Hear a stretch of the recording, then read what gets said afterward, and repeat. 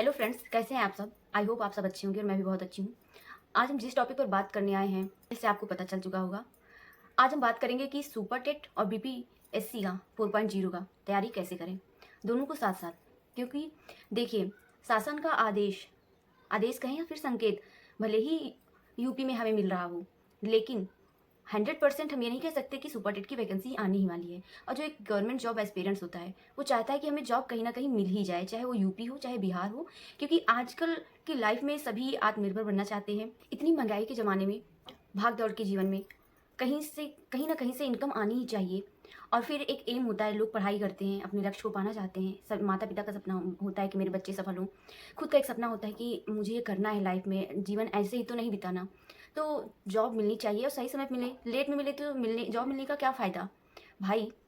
चीज़ों की ज़रूरत हमें अभी है। जो चीज़ें हम पहले पाकर लाइफ को अच्छे से एंजॉय कर सकते हैं, उसको बाद में अगर वो चीज़ें हमें लेट मिलती हैं तो फिर क्या मतलब है उसका, अगर हम उसको अच्छे से एंजॉय ना कर पाएँ और अन्य चीज़ों में अगर व्यस्त हो जाएँ। तो इसलिए सभी को लगता है कि जॉब चाहे हमें यूपी मिले चाहे बिहार मिले या कहीं और भर्ती आए, तो जो एक जॉब एस्पिरेंट्स होता है जिसे गवर्नमेंट जॉब चाहिए और वो अपने सपनों को पाने के लिए तड़प रहा है, तो कहीं भी प्रिपेयर करेगा, मतलब कहीं भी वैकेंसी के लिए प्रिपेयर करेगा। तो हम लोग भी, जैसे हम अभी यूपी के हैं और लगभग 2017 बैच मेरा, और 5 सालों से हम वेट कर रहे हैं कि भर्ती आए आए आए, नहीं आ रही है। संकेत तो काफ़ी लंबे समय से दे रहे थे, हाँ देंगे देंगे, 51,000 हलफनामा भी कोर्ट में लगा हुआ था, लेकिन ज़मीनी स्तर पे आज तक कुछ भी नहीं दिखा। तो हम कैसे मान लें कि जो योगी जी कह रहे हैं हम इतनी भर्ती देंगे देंगे देंगे, कब तक देंगे आखिर। आखिर उनकी डेट कब सामने ज़मीनी स्तर पर निकल कर आएगी। तो उन पे भरोसा इतनी जल्दी हम लोग नहीं कर सकते हैं, उन्हें कहने दीजिए।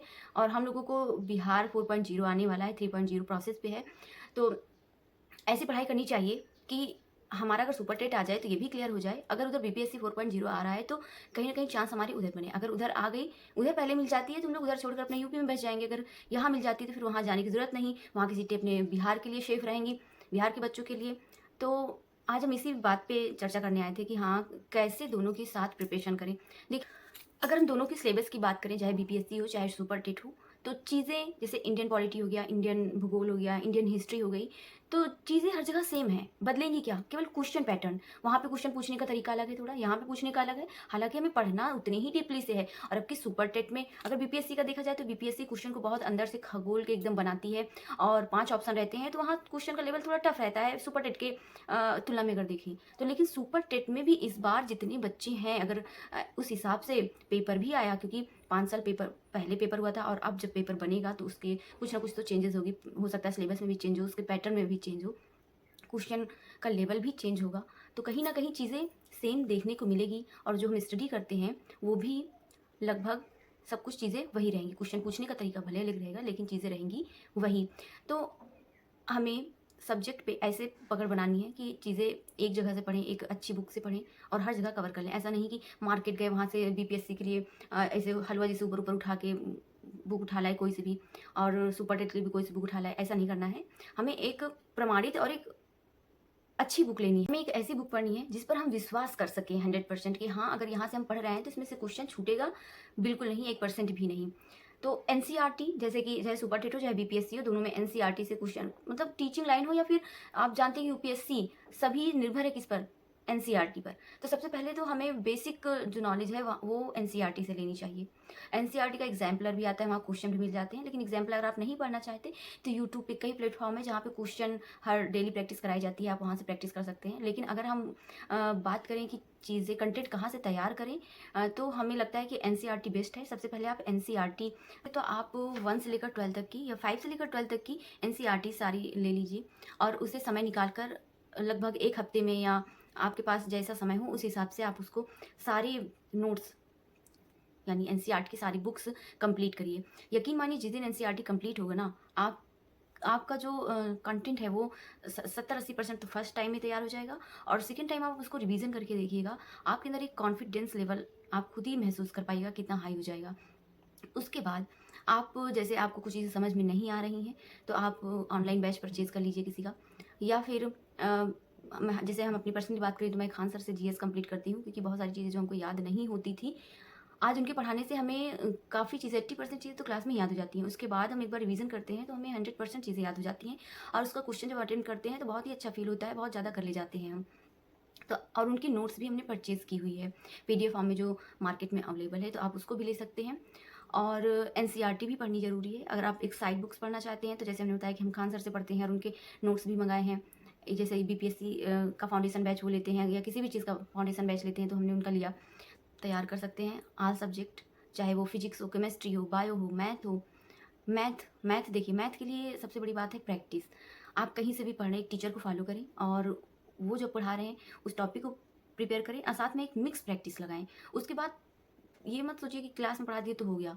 भाई 1 से 2 घंटे खुद प्रैक्टिस मैथ की कीजिए, क्योंकि मैथ एक ऐसी सब्जेक्ट है ना, किसी भी एग्जाम में बैठेंगे तो मैथ ही आपको हिला देगी। आपको लगेगा हमको सब कुछ आ रहा है, लेकिन अगर आपकी पकड़ नहीं होगी टाइम पर मैथ नहीं कर पा रहे हैं, तो आप उसी में पिछड़ जाएंगे।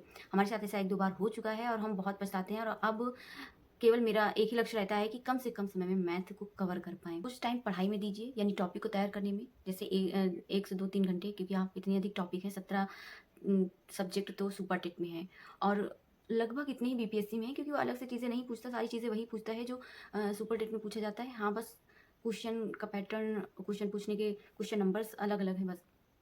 बाकी पूछते सारे सब कुछ वही है, कहाँ से क्या पूछ रहे कुछ पता नहीं होता। यूपी स्पेशल और बिहार स्पेशल को छोड़ दीजिए, उसको लास्ट में आप जब एग्ज़ाम के विज्ञापन जारी हो जाए, जिस चीज़ का विज्ञापन आया रहे उसको आप 1-2 महीने पढ़ लीजिए, इतना इनफ है। 1-2 से कभी-कभी 4 से 5, कभी-कभी 2 से 3 क्वेश्चन ही स्पेशल चीज़ों से, बिहार स्पेशल हो जाए, यूपी स्पेशल से पूछता है, अन्यथा नहीं पूछता है।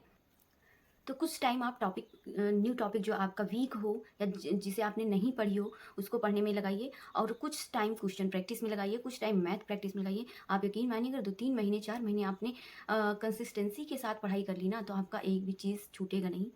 भर्ती कहीं भी आ जाए, किसी भी लेवल का आ जाए, सारे क्वेश्चन आप कर लेंगे और एक कॉन्फिडेंस अपने अंदर महसूस कर पाएंगे।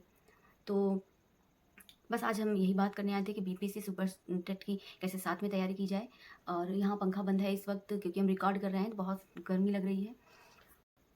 तो मिलते हैं आप सबसे नेक्स्ट वीडियो में, क्योंकि पढ़ते रहिए, बी पॉजिटिव। पॉजिटिव रहना बहुत ज़रूरी है, क्योंकि जैसे ही आप नेगेटिव होते हैं, आपका दिमाग काम नहीं करता और पढ़ाई से मन भटक जाता है। तो सबसे बड़ी बात है अपने आप को पॉजिटिव रखना, पॉजिटिव होकर पढ़ाई करना बहुत बड़ी बात है।